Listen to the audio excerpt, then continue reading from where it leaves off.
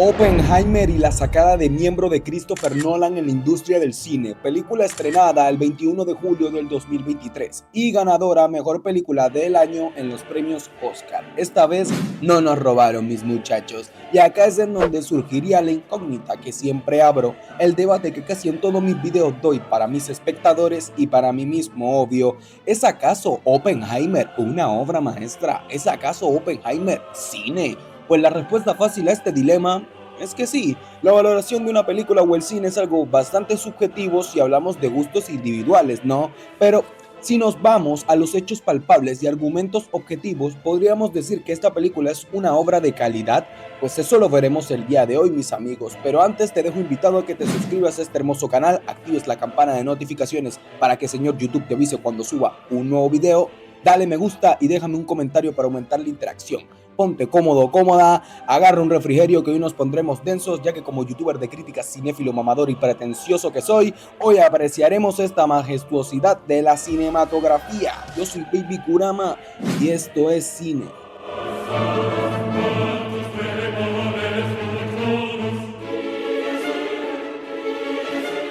La película comienza en un interrogatorio por un comité hacia Oppenheimer. Primero y principal, tengamos en cuenta que esta obra se va dividiendo en lapsos de tiempo separados. Hay escenas en donde nos muestran en una actualidad plasmada en los sucesos de la cinta y los recuerdos o sucesos pasados. O sea, hay escenas post-evento nuclear y pre-evento nuclear. Para que me entiendan, los altos mandos ponen en tela de juicio la integridad y participación de Oppenheimer en todo el suceso que más adelante nos explicarán que es la fabricación y ejecución del proyecto Manhattan y la creación de la bomba atómica, ya que el científico ha sido investigado por varios años por ser parte del Partido Comunista o tener relaciones con integrantes de este mismo. Ya ver, Opi, lo siento mucho, pero si eres de los rojos, todo lo malo que te pasa en la cinta lo tienes bien merecido. No, ya en serio, la obra retrata muy bien esta problemática de ideologías políticas en su protagonista y en los demás personajes, evidentemente. Esto es necesario por el contexto social y político de la época. Recordemos que el mundo en ese entonces estaba pasando ciertos problemas con el pintor austriaco y sobre todo Gringolandia,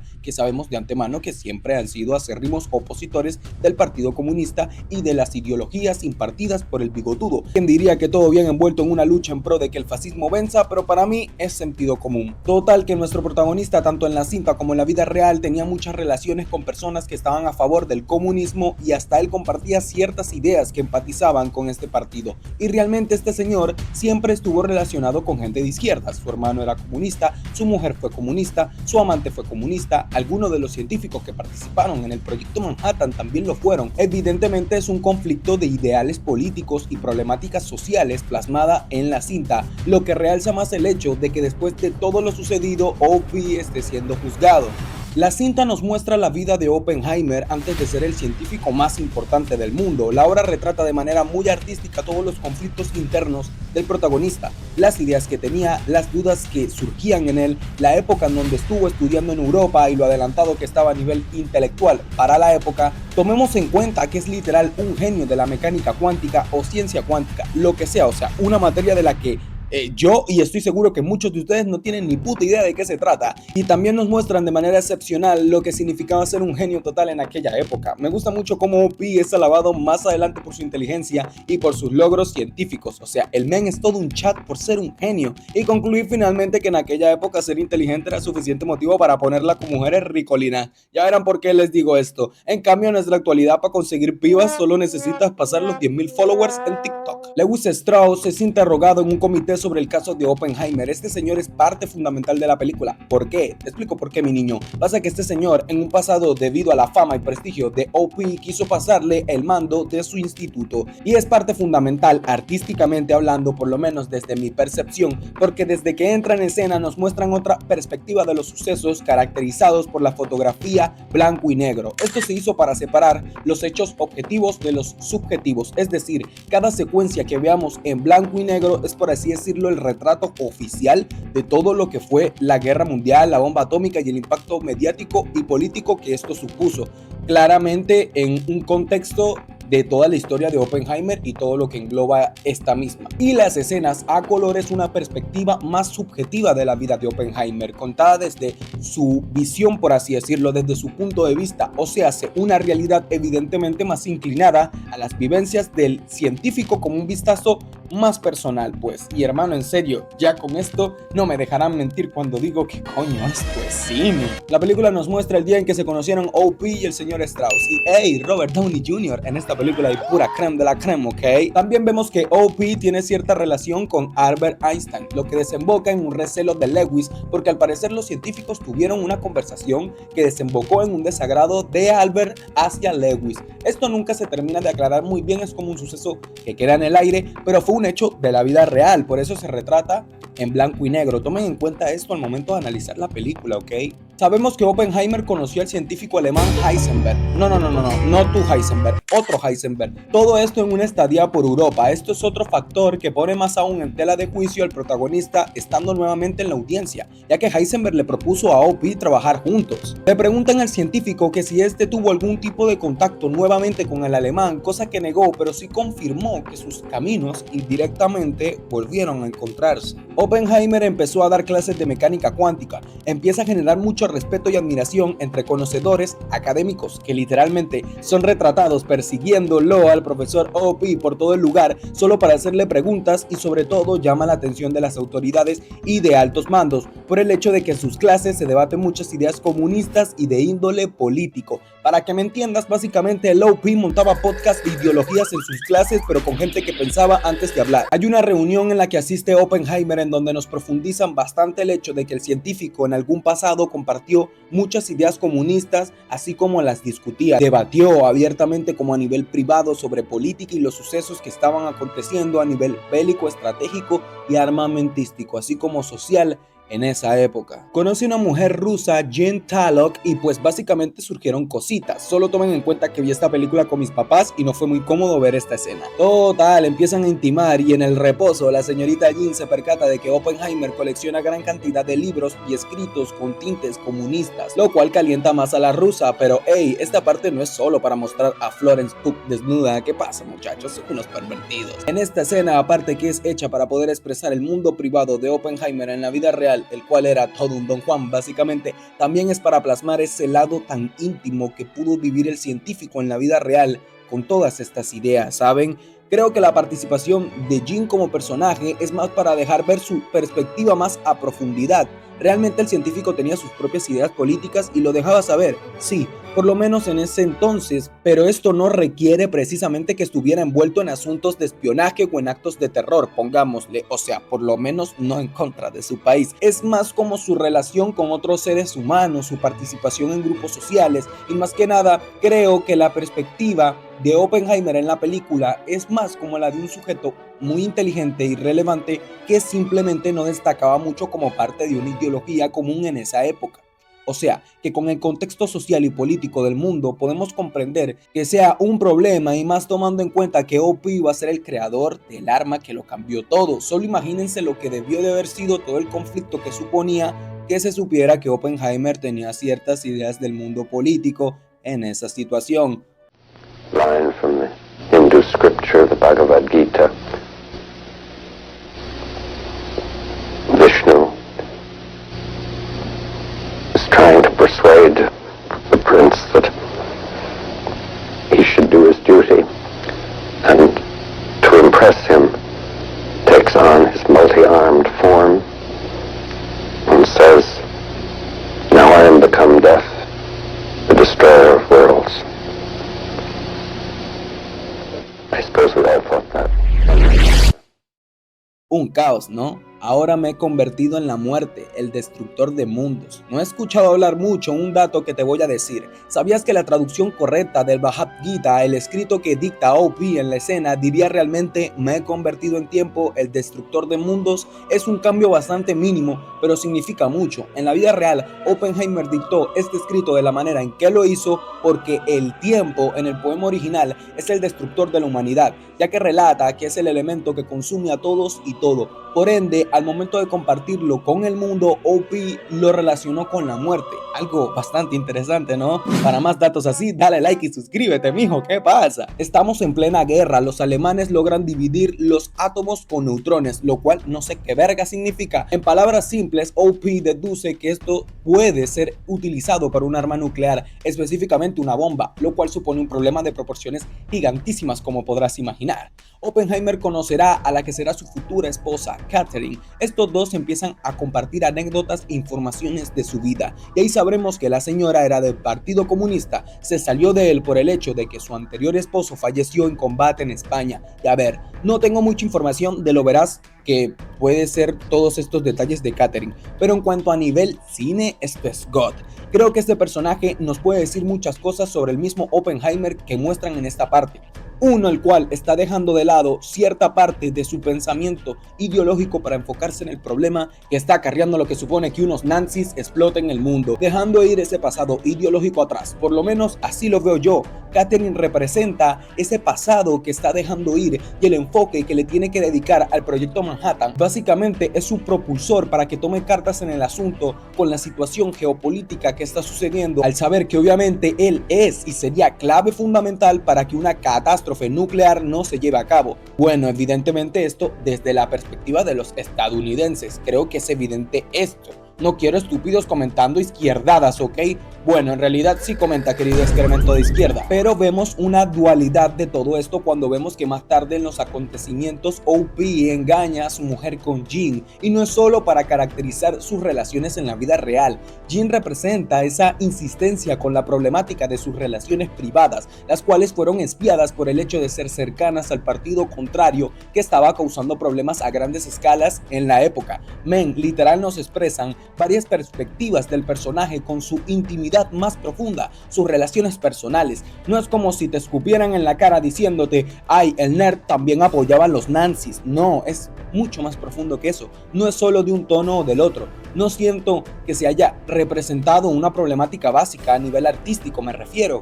Oppenheimer se encuentra en su sala de clases cuando tiene una visita de Leslie Groves. ¡Hey, Matt Damon! Buena. El general Leslie le comenta a Oppenheimer que el proyecto Manhattan está iniciando curso y que han invertido millones en su proceso, y los altos mandos han propuesto que el científico lidere la operación a nivel teórico, práctico y del desarrollo de una defensa contundente. Todo esto porque en Alemania este proceso de desarrollar una bomba atómica ha iniciado con el liderazgo de Heisenberg. No es Heisenberg, córtala. Por todo esto, OP acepta el trabajo y ya nos encontramos en Álamos, Nuevo México, en donde mandó a construir un pueblo entero para la privacidad del proyecto y para la ocupación de los científicos y trabajadores. O sea, sé que todo esto fue realizado para que todo el mundo viviera en donde se iba a trabajar la defensa más importante de Estados Unidos. Literal, un pueblo entero que está trabajando en pro de una bomba nuclear. Interesante retrato, ¿no? Oppenheimer recorre el país reclutando a varios científicos para la operación, va uno por uno convenciéndolos y hey, Richard Feynman, el sim de The Boys. Total que logran reclutar a muchos científicos de alto prestigio. Algunos no aceptan con facilidad al inicio, ya que están en contra de crear un arma capaz de destruir a todo el mundo. Y acá se abre el debate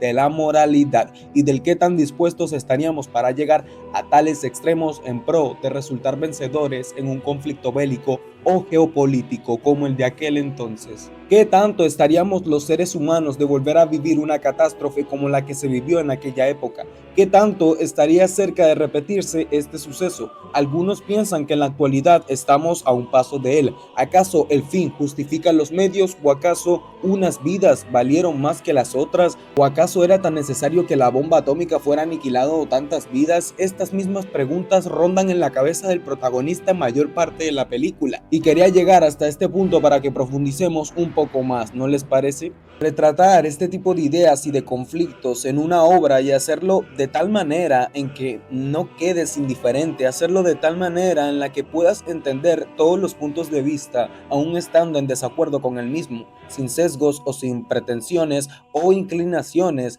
hacia un bando o el otro, es algo sumamente de valorarse cuando se hace de buena manera. Es algo que bajo mi punto de vista No es tan fácil de hacer como parece a primera instancia. Ya vemos hoy en día cómo muchas películas son interesantes en cuanto a su concepto o idea de plasmar una realidad o realidades que ya pasaron geopolíticamente hablando o ideológicas, pero fallan al momento de plasmarlas, fallan en el desarrollo de su historia porque terminan siendo o clases morales o bien ser una interpretación muy extremista de lo que aconteció. No nos dejan preguntándonos realmente qué está bien y qué está mal, porque siempre quieren darte la respuesta a algo que simplemente no es tan sencillo como un sí o un no. Me refiero a nivel interpretativo, a nivel artístico. Si quieres hacer un trabajo en donde se hable de realidades sociales, no es solo crear un lado bueno y un lado malo, porque la realidad es que los seres humanos, la moralidad y el mundo en general no es tan simplista, no es tan sencillo como decir nosotros buenos, ustedes malos, y mucho menos si lo quieres llevar al arte, en donde se busca expresar algo con poco o bien sea tal vez con mucho, pero de una manera que está revoloteando de información de primera mano de todo lo que pasó, te deja cuestionándote y pensando las cosas que retrata el film, ¿me entiendes? Y me vas a decir a mí que esto no es una obra maestra. La película retrata de primera mano todo lo complejo que es a nivel científico, teórico y práctico toda la creación de la bomba, y lo hace bien. No lo hace como que, ay, me estoy mareando con tanto cientifiqueo, no. Lo hace de una manera en que te resulte interesante, men. Aparte que en todas esas conversaciones complejas, sus compañeros, Oppenheimer cada vez más va replanteándose todo lo que está sucediendo. Todo lo que se supone dar inicio a una guerra nuclear, aunque los nazis también quieran o pretendan hacerlo. Vemos la perspectiva del país reflejada en el general por su insistencia, porque el problema en el que están no es una batalla cualquiera, es una carrera en contra del reloj por no terminar en cenizas. Es de conocimiento que los alemanes están ideando un plan parecido y le están sacando tiempo de ventaja. Así, aunque el bigotudo piense que los científicos son salidos del infierno y no les den los recursos necesarios, igual representa una tensión inmensa, aún más si ponemos en balanza que otros enemigos de los Estados Unidos podrían pretender hacer lo mismo. O sea, me entienden que el conflicto realmente era de proporciones gigantescas y la película hace un muy buen trabajo retratándolo como tal. La obra toca todos los puntos, los demás científicos descubriendo que la atmósfera puede colapsar gracias a la bomba, que podría haber una catástrofe a nivel mundial por esta misma, la posición ideológica de Albert Einstein con este hecho, aún sabiendo que él fue el primero que sentó las bases para que la ciencia dominara al principio de la guerra, básicamente. Hermano, es una lucha de pensamientos y de la moral, por el bien de unos muchos, pero esto consiste en la aniquilación de otros más. En la escena de la junta en donde Stroh interroga a Oppenheimer y a sus compañeros por las filtraciones de información cuando se llevó a cabo la realización de la bomba, él como la audiencia hacia Oppenheimer desemboca en un señalamiento personal más que un interrogatorio. Brother, es que simplemente es un reflejo de todo lo que pasó en aquel entonces, pero hecho de un modo en que puedas sentir el peso de la incertidumbre. Es un problema real que ocurrió y todo lo mostrado en el metraje te lo plasma de un modo en donde no sabes quiénes son los buenos o quiénes son los malos, porque la realidad es que todos se comportan con una vara de medir muy corta. Lo vemos con Stroh siendo un total admirador, entre comillas, de Oppenheimer cuando se conocieron, hasta que sintió que el científico estaba pasando por encima de él, y con un ego golpeado más las acusaciones en su contra causan ese rechazo de Stroh hacia el científico en la actualidad. Oppenheimer siendo un genio total, alabado y agradecido por todos por el heroísmo que hizo al crear un arma de proporciones masivas para la victoria de todo un país, pero luego siendo juzgado por este mismo y aparte por todo el mundo por ser el creador de un arma que pueda acabarlo todo y que acabó con el todo de muchísimas personas, y eso que no contamos los problemas políticos y de espionaje, porque es que ya en este punto esa es la trama de la película, es la problemática central, la posición tan desfavorable mediáticamente y psicológicamente del protagonista. Hermano, es que cine, bro, ¿qué quieres que te diga? ¿Se acuerdan que cuando les dije que cuando volvía Jane a la trama era la problemática vida oculta de Oppenheimer volviendo a relucir? Pues men, es exactamente eso. La gente piensa que esos dos desnudos visuales son por morbo o cosificación o estupideces así. No hermano, no, es literal como retratar la parte más íntima de un ser humano. Es como se retrata artísticamente toda la violación a la privacidad que tuvo OP, ya que siempre fue vigilado, sus relaciones siempre fueron vigiladas, engañó a su mujer, fue un infiel y hasta eso es un hecho de peso, ya que el amante siempre fue una comunista, una que de hecho recibió información sobre lo que estaba sucediendo. Oppenheimer le dio información sobre la bomba atómica, literalmente se lo dijo todo al desnudo. Es cine, bro, o sea, es cine. Se siente el peso y el cargo de conciencia que siente Oppenheimer en la actualidad y también en el pasado cuando se entera de que Jane se desvivió. Y me gusta que la película lo retrata no como una desvivida voluntaria, sino que dejan la incógnita si en realidad lo que pasó fue una liquidación, como si en realidad le hubiesen quitado la vida a Jane por el hecho de que tenía información valiosa y era una conocida comunista con tintes algo extremistas.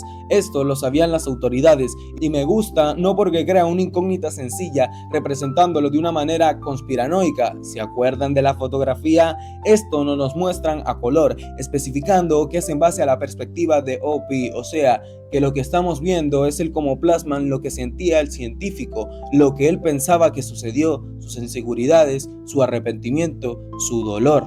La escena al desnudo en la audiencia, hermano, es que cine, suena como el director que obligaba a BoJack Horseman a desnudarse, ¿no lo recuerdan? Hey, estaría bueno hablar de BoJack Horseman en el canal, ¿o no? ¿Les gustaría? Déjalo en la caja de comentarios. En fin, esta escena es supremamente poderosa porque en la audiencia, enfrente de su mujer, los interrogadores le hacen la pregunta a Oppenheimer más personal de todo lo que llevaban en la película, que si él mantuvo intimidad con la rusa comunista de Jane, y lo digo de esta manera porque es retratado así tal cual, como si hubiese sido un acto de traición que debiera causarle vergüenza y al frente de su mujer más encima, la cual ya lo sabía todo. De hecho, esta al enterarse lo único que decidió hacer fue calmar a su marido, estabilizarlo, ya que estaba pasando un momento de culpa y de arrepentimiento muy grande porque este le dijo la verdad cuando se enteró que Jane había muerto. Su mujer, a pesar de todo, lo apoyó e hizo que pusiera los pies en la tierra y que, como desde el inicio ha hecho, hizo que se enfocara en lo que tenía que hacer. Pero al ser destapado así de un modo en donde se está testificando todo lo sucedido, sabiendo que este acto de su marido de deslealtad hacia ella quedará plasmado en la historia, porque sabe que este suceso es más que un argumento, es un acto de peso para cuestionar más la vida de su esposo y de juzgarlo ante el mundo. Todo esto es retratado de una manera simplemente espectacular. Acá Alemania y el pintor austríaco muere y creo que acá es en donde todo se pone más interesante porque vemos a un Oppenheimer totalmente distinto a lo que intentan alegar en la actualidad. O sea, más sentido hace que sientas esa comprensión hacia el protagonista, porque después de todo él fue el primero que quiso seguir con el proyecto Manhattan. Su insaciable deseo de ser el hombre que creó una bomba capaz de arrasar con todo lo llevó a preferir terminar el trabajo, pudiendo haber optado por un camino de paz. Yo no voy a entrar mucho más de aquí en política o en el estado de Japón en esa época, en el contexto bélico, tampoco pretendo dar una opinión sobre el suceso porque creo que me haría falta mucha información para argumentar tal opinión, pero lo único que les puedo decir es que sí se siente el contraste de un Oppenheimer con ideales comunistas a un Oppenheimer a punto de terminar un arma nuclear con el fin de probar un punto tal vez de supremacía, un punto de autoridad y de indiscutible genialidad en base a su trabajo, y después al final un Oppenheimer destruido por las consecuencias que la humanidad tiene